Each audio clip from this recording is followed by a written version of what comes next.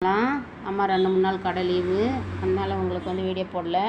இப்போ தான் கட்டிங் போட போகிறேன். சரி ஒரு வீடியோ போட்டு ஸ்டார்ட் பண்ணலாம் ஒர்க்கு அப்படின்ட்டு. ஒரு சின்ன விஷயம், இந்த பொது சேவை செய்கிறவங்களுக்கெல்லாம் ஒரு விஷயம் சொல்லிக்கிறேன். அது ரொம்ப நாளாக சொல்லணும்னு ஆசை.